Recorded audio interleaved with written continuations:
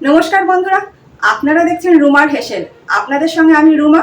শুরুতেই নজর রাখি যে আজকে রুমার হেসেলে কি তৈরি হচ্ছে। আজ রুমার হেসেলে তৈরি হচ্ছে এগ ফ্রাইড রাইস বা বাসি ভাত ভাজা। অনেক সময় ভাত বেঁচে যায়, আর সেইটা দিয়েই আমি আজকে সুস্বাদু রেসিপিটি শেয়ার করব। বাচ্চা বড় সকলেই কিন্তু এই ভাত ভাজা খেতে খুবই পছন্দ করবে। যখন ইচ্ছে তখনই কিন্তু এই ভাত ভাজা বানিয়ে নেওয়া যায়, মানে ব্রেকফাস্ট, লাঞ্চ কিংবা ডিনারে যে কোনো সময় কিন্তু এই ভাত ভাজা বানিয়ে নেওয়া যায়। তাহলে দেরি না করে লাইভ ফুটেজ চলে এসেছে, দেখে নেওয়া যাক।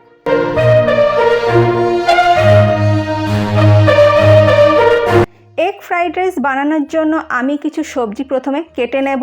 একটা বড় সাইজের ক্যাপসিকাম আমি নিয়ে নিয়েছি। ক্যাপসিকামটা আগেই ভালো করে ধুয়ে নিয়ে নিয়েছি। ক্যাপসিকামের অর্ধেকটা আমি এখানে ব্যবহার করব।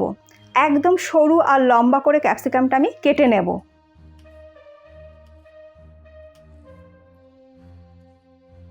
দেখুন, ক্যাপসিকামটা আমার সরু আর লম্বা করে কেটে নেওয়া হয়ে গেছে। এবার এটাকে আমি সাইডে রেখে দিচ্ছি। আর নিয়ে নিয়েছি একটা ছোট সাইজের বাঁধাকপি। এর কিছুটা অংশ লম্বা লম্বা করে আমি কুচিয়ে নিচ্ছি।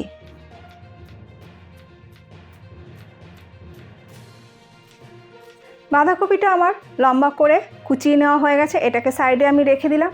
আর নিয়ে নিচ্ছি 6টা কাঁচা লঙ্কা, সেটাকে আমি চিড়ে নিচ্ছি। সব সবজি যেহেতু আমি লম্বা করে কেটে নিয়েছি, তাই কাঁচা লঙ্কাটা আমি লম্বা করে চিড়ে নিলাম। আর কুচিয়ে কাঁচা লঙ্কা ব্যবহার করলে একটু বেশি ঝাল হয় বলে আমি একটু চিড়েই নিচ্ছি। আর নিয়ে নিয়েছি একটা ছোট সাইজের পেঁয়াজ, যেটাকে আমি স্লাইস করে কেটে নিয়ে নিচ্ছি।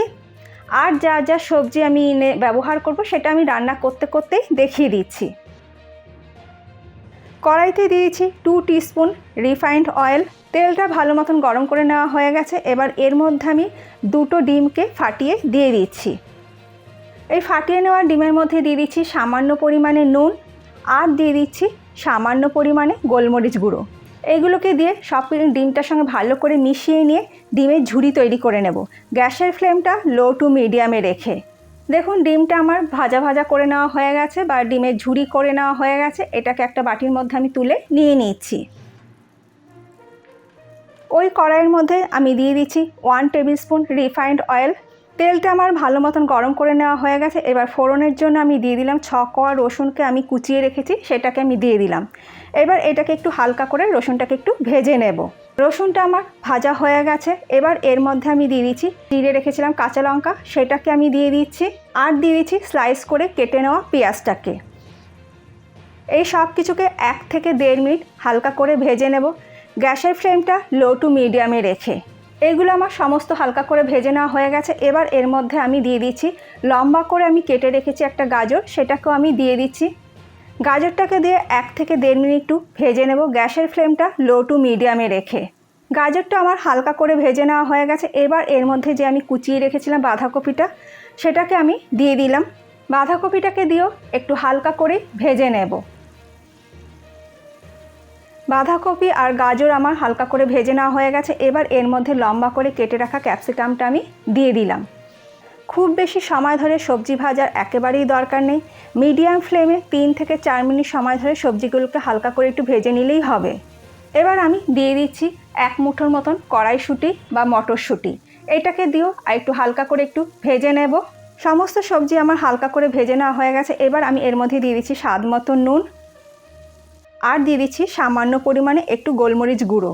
এই সব কিছুকে মিশিয়ে নিয়ে আর একটু হালকা করে ভেজে নেব। আর বেশি সময় ধরে যদি সবজি ভাজা হয় তাহলে সবজি বেশি নরম হয়ে যায়, আর ফ্রাইড রাইস খেতে কিন্তু ভালো লাগবে না।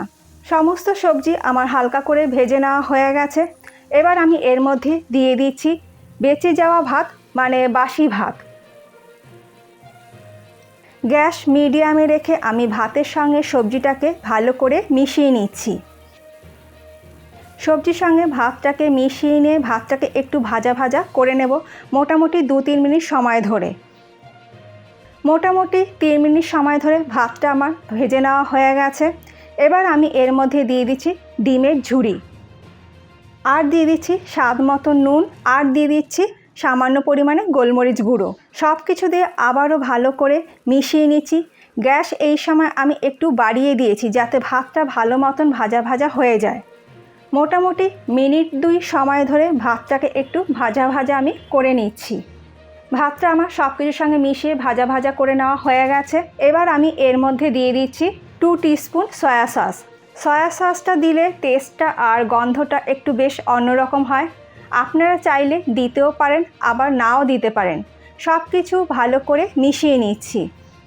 রেসিপিটা কেমন লাগলো কমেন্ট করে জানাতে ভুলবেন না। ভালো লাগলে আপনারাও বাড়িতে একদিন এইভাবে ট্রাই করে দেখুন, আশা করি আপনাদেরও ভালো লাগবে।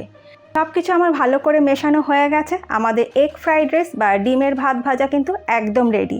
এবার এটাকে আমি সার্ভ করে দিচ্ছি। রেসিপিটা কেমন লাগলো কমেন্ট করে জানাতে ভুলবেন না। যদি ভালো লাগে তাহলে আপনারাও বাড়িতে একদিন ট্রাই করে দেখুন, আশা করি আপনাদেরও ভালো লাগবে। রেসিপি ভালো লাগলে লাইক শেয়ার সাবস্ক্রাইব করে পাশে থাকা বেলটাও প্রেস করে দেবেন, তাহলে আমি যখনই নতুন কোনো ভিডিও আপলোড করব আপনাদের কাছে কিন্তু খুব সহজেই নোটিফিকেশান পৌঁছে যাবে। যারা এখনও আমার চ্যানেলটাকে সাবস্ক্রাইব করেনি প্লিজ তারা আমার চ্যানেলটাকে সাবস্ক্রাইব করে আমার পাশে থাকুন। যারা করেছেন তাদের অসংখ্য ধন্যবাদ। আপনারা চাইলে রুমার হেসেল ফেসবুক পেজও জয়েন করে নিতে পারেন, ইনস্টাতেও ফলো করে নিতে পারেন। ওপর থেকে দিয়ে দিলাম একটা এগ পোচ, যাতে বাচ্চারা আরও বেশি পছন্দ করে। আর সব শেষে দিয়ে দিচ্ছি একটু স্প্রিং অনিয়ন। আজ তাহলে এই পর্যন্ত, আবার দেখা হবে নতুন কোনো কুকিং নিউজের সঙ্গে। ভালো থাকবেন, সুস্থ থাকবেন, ধন্যবাদ।